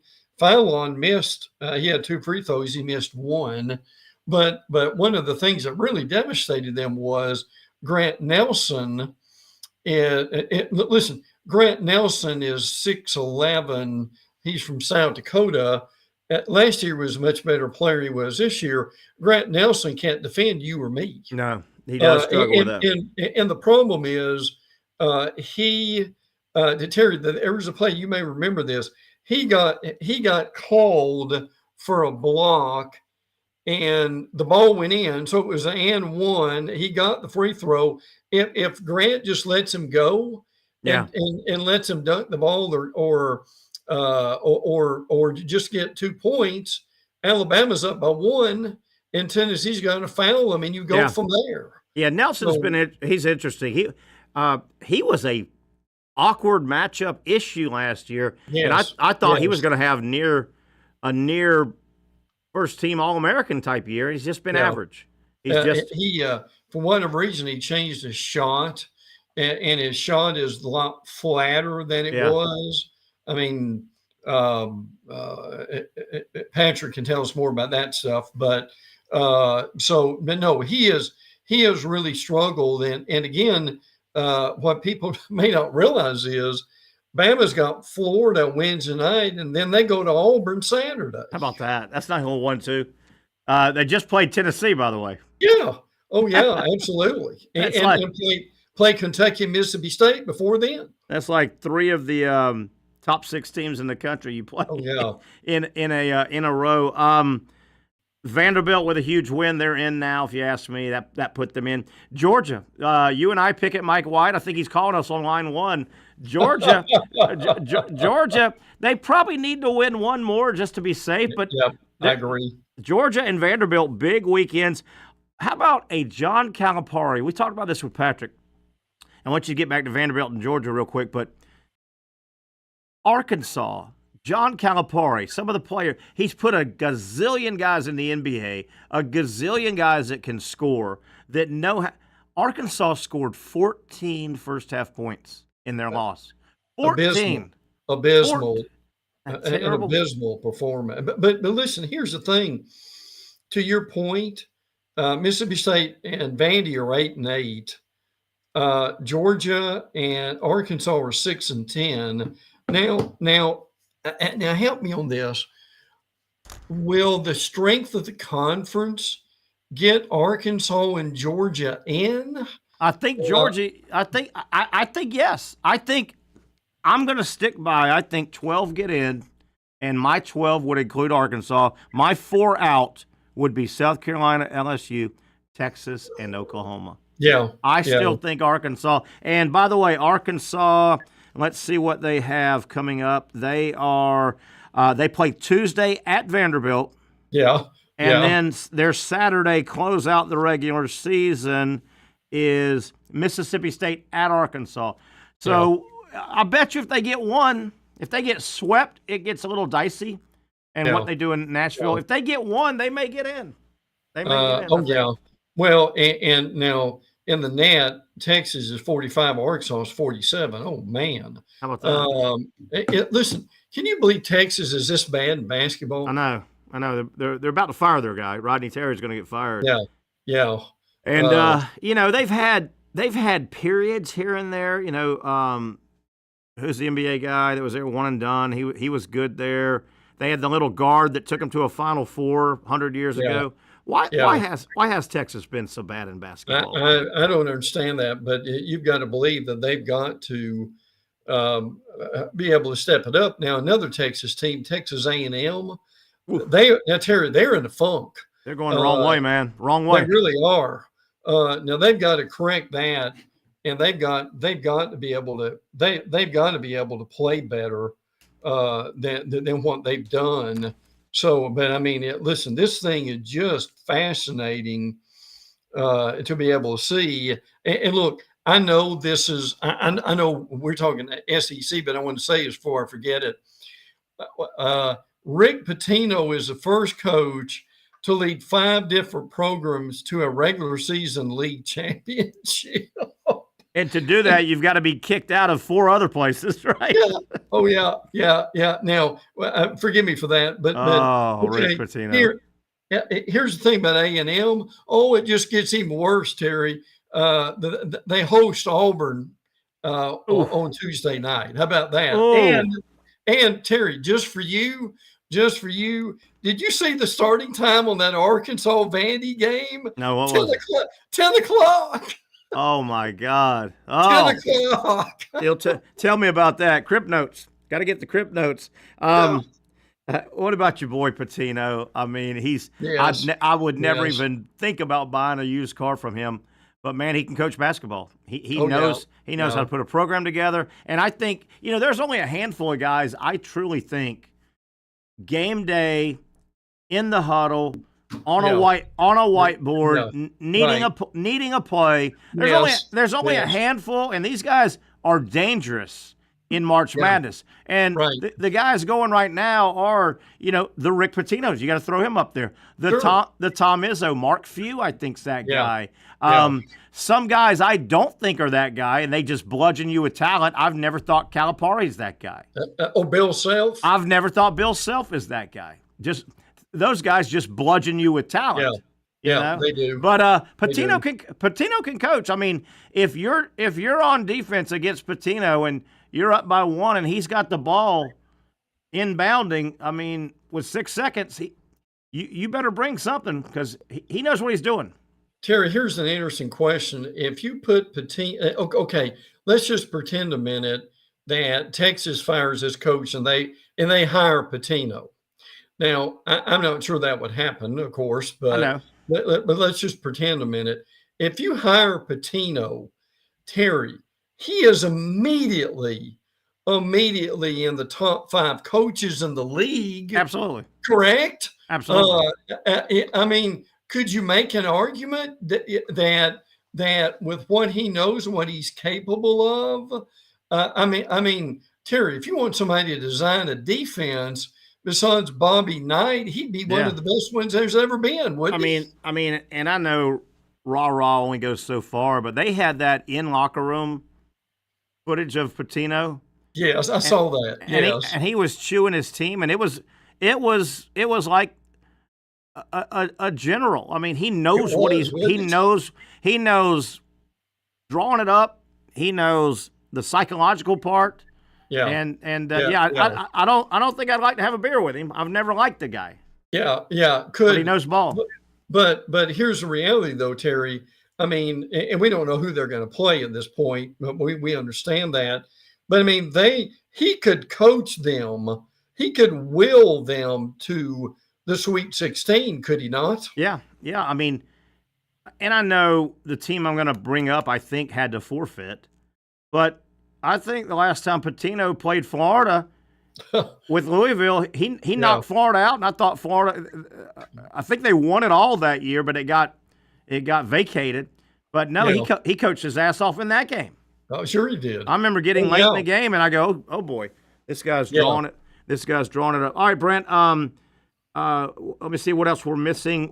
Wednesday, we will visit on Wednesday, I think, like we normally do, so we can dive into the Alabama Florida game. I'll tell you one thing. Yeah. In terms of regular season Gator basketball games, that's one of the biggest ones ever.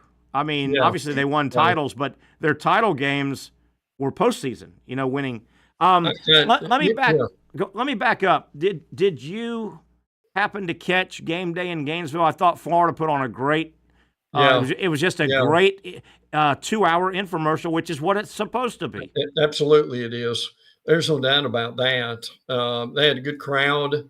That they show up for that. And look, I'm not a great game day basketball fan. Nor am I. But what's been refreshing is as many times as I've been to the SEC and be able, because, and I won't get into the weeds on this, they don't have anywhere near the chemistry for basketball they do for football. No, they're trying hard though, and they're trying to stay consistent. They're obviously Reese is Reese. The young lady, they're keeping her consistent. Yeah. Jay Williams and then the coach, they're trying hard. They're trying hard. They really are. It's better than I thought it was when it first got going. Yeah, well, agreed. I would agree with that. But it was a good infomercial for a program like Florida trying to, that thing going to Duke is yawn. Oh well, it's already that thing going to Lexington. Yawn. Okay, we've done it. That thing even North Carolina historically. That thing going to Gainesville was a big deal. What a wonderful day on campus for Florida on that day. Terry, help me on this. Is this weekend Duke at Carolina? I can try to look that up real quick. I'm not sure. Why do you bring it up?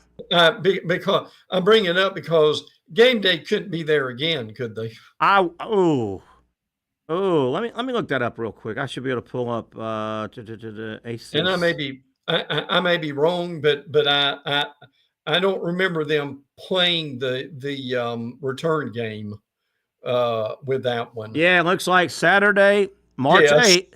Saturday. Yes. Yeah, Duke has tonight. Duke plays Wake Forest. The ACC does that weird Saturday, Monday kind of thing. Yeah, they do. Yes. Duke plays Wake Forest tonight. Yeah. And then they close at North Carolina Saturday the 8th. And they beat them. It was a round by 17 at the end. Yeah.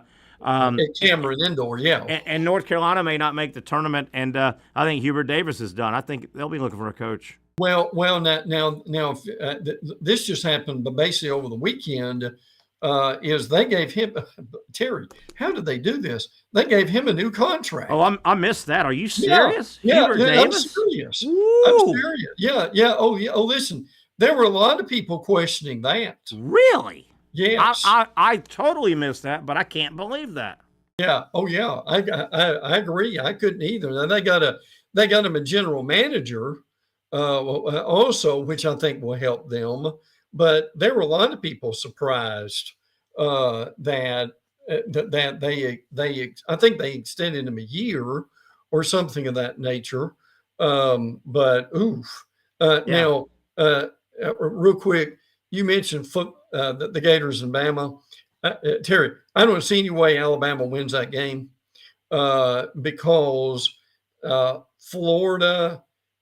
Alabama can't defend their bigs. Yeah, they don't have enough depth. And I've heard, I don't know if it's true or not, but I've heard Grant Nelson may be hurt with his knee. But look, the Omari kid, their 7-footer. He came from Rutgers. He's okay. Yeah. But I tell you this, look, if you go to Auburn and win, you can win anywhere. Yeah. And that was a game to me that was a win of the year. And Florida's guards, look, I think it'll be a good game. I don't have any doubt about that. But I think Florida wins that game because I think they've got the perfect combination of length and guards. Yeah, it was really nice to see Alex Condon. He needed that one game, and he was rusty in Athens, and he didn't finish, and he didn't look right. He needed that game because he looked back up to game speed, and Handlogden now 3-4 games in, he looks like mid-season last year. He does. He really does. He does. Thank God the Alabama-Florida game.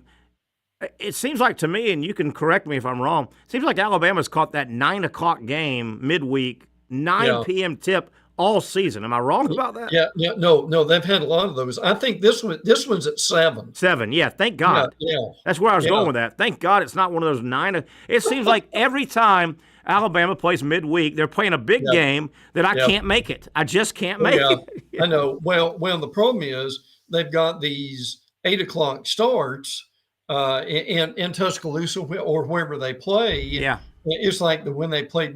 Listen, I remember this well, Terry, because I know you're probably in bed, but Bama started that game at 9. Terry, it was still playing at 11:37. That's brutal. And get ready because March Madness. I mean, those hey, you'll get a scheduled 9:45. That thing doesn't tip till 10:20, and you've got to stay up. Brent, we're just going to keep it here till the end of the show.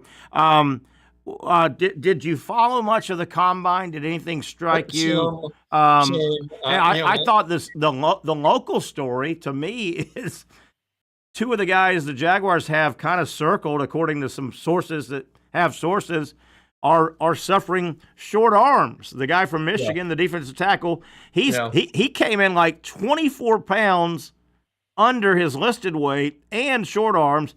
And the kid from LSU, Will Campbell, who I still would draft him, but they've got short arm issues going on with the Jaguars. Well, I'm with you. I would draft Will Campbell because look, this league, it's almost like professional baseball now. This analytic garbage. I know you can get something out of that. But all you've got to do on Will Campbell is look at the tape. Yeah. And you'll realize this guy can play. And when he's healthy, he was one of the best offensive linemen in the SEC. And when you're that, you can play for anybody. Yeah. Yeah. You wonder if the Jaguars are going to get spooked. Are they going to get spooked? And if they get spooked, I would draft Campbell. I think they've got to get in line. I think, and this is nothing based on anything, I think they're going to end up trading back. I think they're going to go to a team that says, if you've got an expendable, ready-made starter on the offensive line, we'll take him. We'll take him and swap 5 for 13 or whatever. I think that's yes. And listen, you and I have been saying this now for what? Even in December, we were saying this. Terry, they've got, and people will snark at this. They need to draft about 3 offensive linemen, whether the fans like it or not. I mean, I've heard that's what they need to do. I've heard some other guys here in our town, 1 or 2 guys, buddies of mine in the business, they've said, "Man, it wouldn't hurt my feelings if they blew the entire offensive line up." Keep a couple as backup depth guys and just roll. Yeah. I don't think I never bought into the guy from Buffalo. Zach Harrison, it's put up or shut up time now. And this guy's going into third or fourth year. I mean, I don't think any of the other guys can play. I don't think they can play dead in the Western. No, I agree with that totally. And look, here's the reality of it is, you got to do this sooner or later, and you might as well do it right now. But because look, you and I both know they're not going anywhere next year. I don't think so. Which is one of the reasons. Is Travis Hunter intriguing at 5? Yes. Is pairing Travis Hunter with Brian Thomas when Hunter plays some offense, is that intriguing? Yes. My big issue with that is if you go get 2 big-time receivers, how many plays are they going to make if your quarterback's on his back? I'm just a simpleton, I guess. Terry, I don't know, man. Terry, they need Hunter in the secondary worse than they need him as a wide receiver. I think you're right. I think you're right. We don't have time now. 2 minutes. Spring ball everywhere. Spring ball. Hey, by the way, Liberty got it started on Saturday, for God's sake. Spring. Yeah. Look, not only needs Liberty had their spring game Saturday. Oh, did they? Wow. Did they? Terry, did they have it indoors? I don't know. In front of family and friends. They must have a hell of a spring break plan. They want to get that thing done before. Now we'll get into this more on Wednesday. Okay. But Bama started today and Miami started today.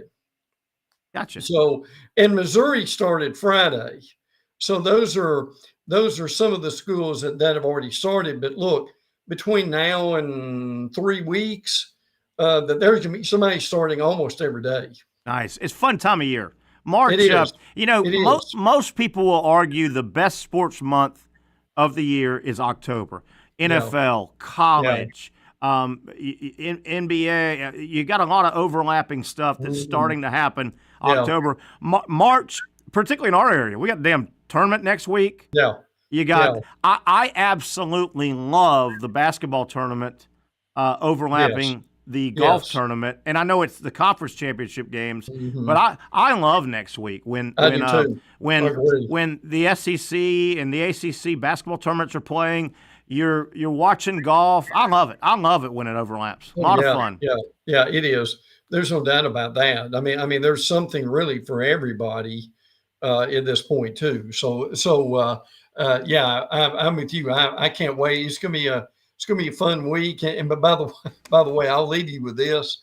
I know I've talked about him before. I've got a friend who is celebrating today his 1 year anniversary of getting his heart transplant. How about that? That's great news. And listen, not only did he have a heart transplant, I think I told you he had a kidney transplant too. Good Lord. Good for him. So Man. I told him he's the bionic man. You know who that is? That's a tough old motor scooter's who that is. Sure is. Tough old motor scooter. Brent, I cannot wait to really talk Florida, Alabama on Wednesday and college football as spring ball is here. Thanks, buddy. My pleasure, pal. Take care. That's our main man, Brent Beard. We visit with him a lot of times Monday, Wednesday, and Friday. Tomorrow we're live in Mandarin. Come by, say hi. We'll be at Hurricane in Jointon Creek, and we'll have some fun trivia as we bring you the Tuesday edition, 4 to 6 tomorrow. Join us for the Young and Norvelle Show right here on Action Sports Jacks.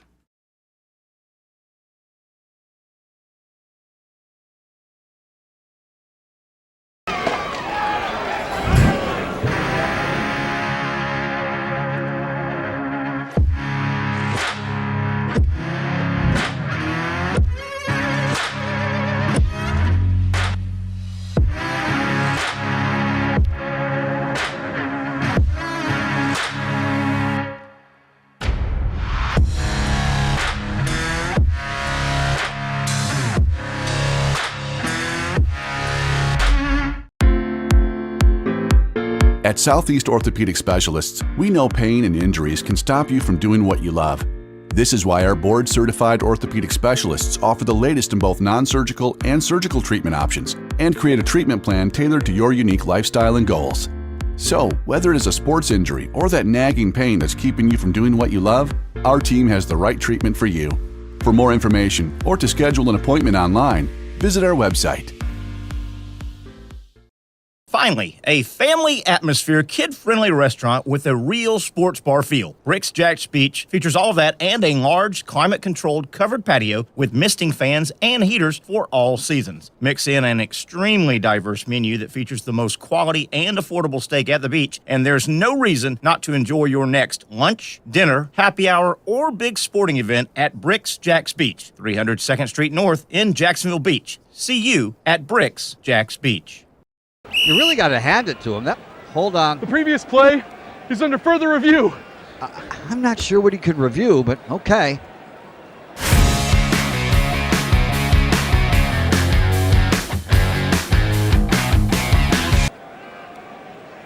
Sure has been a while. Dine in at Hurricane Grill and Wings for the football season. Well, there he is. Oh, what is that? The Action Sports Jacks 24/7 network is streaming. I'm Stuart Weber, and I'm here to teach you a nice three-step process on how you can watch all your favorite programming from the Brent and Austin Show every weekday 10 a.m. to 1 p.m. or the Cup Date with me. It's fantastic. We talk NASCAR. It's a great time. Wednesdays at 1 o'clock. All right, first step, easy. Download the Action News Jacks app. You probably already have it downloaded on your phone, so you might already have that one taken care of. Step 2, see that stack of pancakes up there? You click that stack of pancakes, and it's going to bring down step number 3, which is a full screen of all the different streams that you can click on, including the Action Sports Jax 24/7 stream. You click that, the video's rocking and rolling on your mobile device, you're watching all the shows you want to, and you're having a good time. You can also do it on your smart TV with the Action News Jax Now app. I do it on my Samsung TV at home. It's a great way to watch it on a nice, large screen for all the content. That's the Action Sports Jax 24/7 network. Hope you can find it. You trust CGC to make your water great, and now you can trust CGC with your plumbing needs as well. Fast, convenient scheduling, licensed and insured. A quick call away at 904-552-1242. You never know when you're going to have an issue with a shower, toilet, or maybe it's a sink that sometimes is easy to fix. All right, let's be honest. I'm not fixing anything. I'm totally staging this because when I have a plumbing problem, I call CGC Water Treatment and Plumbing. Trained professionals, transparent pricing, customer satisfaction. Small problem or even a bigger issue. Maybe you need a new tankless water heater or something a bit more intricate. The experts with 25 years of experience at CGC Water Treatment and Plumbing can do it all. Call 904-552-1242 or visit cgcwater.com. That's 904-552-1242 or cgcwater.com. CGC Water Treatment and Plumbing, an authorized independent Connecticut dealer. Florida license number CFC 14324.